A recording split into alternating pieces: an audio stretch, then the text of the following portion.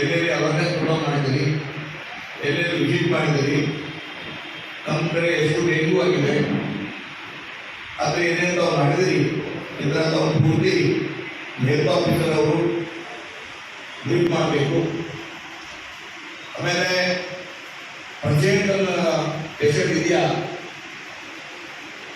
ಇದರ ಪೂರ್ತಿ ತಾವು ಮಾಹಿತಿ ಕೊಡಬೇಕು. ನಾನು ಎಲ್ಲರಿಗೆ ಹೇಳಕ್ಕೆ ಇಷ್ಟಪಡ್ತಾ ಇದ್ದೀನಿ, ಡೆಂಗು ಆಗಲಿ, ಮಲೇರಿಯಾ ಆಗಲಿ, ಈ ಜ್ವರ ಆಗಲಿ ಬಹಳ ಭಯಂಕರ ಬಿಮಾರಿ ಇರ್ತದೆ. ಅಂದರೆ ಮಳೆಗಾಲ ಬಂದಮೇಲೆ ಈ ಎಲ್ಲ ಸಾಧ್ಯವಾಗುತ್ತೆ.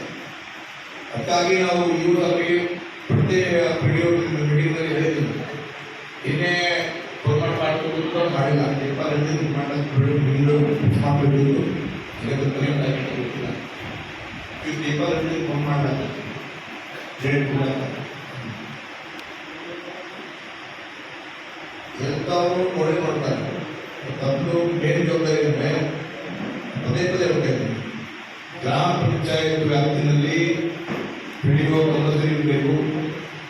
ಆಮೇಲೆ ಇವತ್ತು ಸ್ಟ್ರೀಟ್ ಲೈಟ್ ಆಗಲಿ, ಡ್ರೈನ್ ಆಗಲಿ, ಬ್ಲೀಚಿಂಗ್ ಪೌಡರ್ ಆಗಲಿ, ಫಾಗಿಂಗ್ ಆಗಲಿ ಕಂಪಲ್ಸರಿ ಮಾಡಬೇಕು. ಯಾಕಂದರೆ ಈ ಅವ್ರನ್ನ ಡೆಂಗು, ಮಲೇರಿಯಾ, ಜ್ವರ, ಉಲ್ಟಿ ಎಲ್ಲ ಅವ್ರನ್ನೇ ಆಗುತ್ತೆ. ಅದಕ್ಕಾಗಿ ಈ ಕೆಲಸ PDO ಗ್ರಾಮ ಪಂಚಾಯತ್ ಹಂತದಲ್ಲಿ ಊರಿನಲ್ಲಿ ಮಾಡಬೇಕು ಹೇಳಿದ್ರು. ಫಸ್ಟು ನಮ್ಮ ಮೇಡಮ್ ಅವರು ಟ್ರೀಟ್ ಮಾಡ್ತಾರೆ, ಆಮೇಲೆ